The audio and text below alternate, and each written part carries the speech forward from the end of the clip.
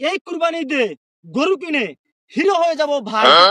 কারণ গরুর আগে আমি নিজেই পুষ নিয়ে সামনে দাঁড়াই। গরু কম দেখায়, তো নিজের স্টাইলটাই বেশি দেখা যায়।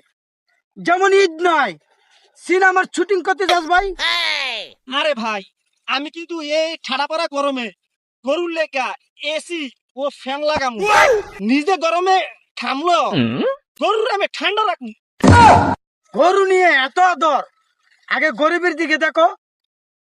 ঈদের আসল আনন্দ মানি ভাগাভাগিতে, এটা আগে শিখো। আরে বন্ধু, তুই না থাকলে ঈদের আনন্দ অর্ধেক কমে যায়।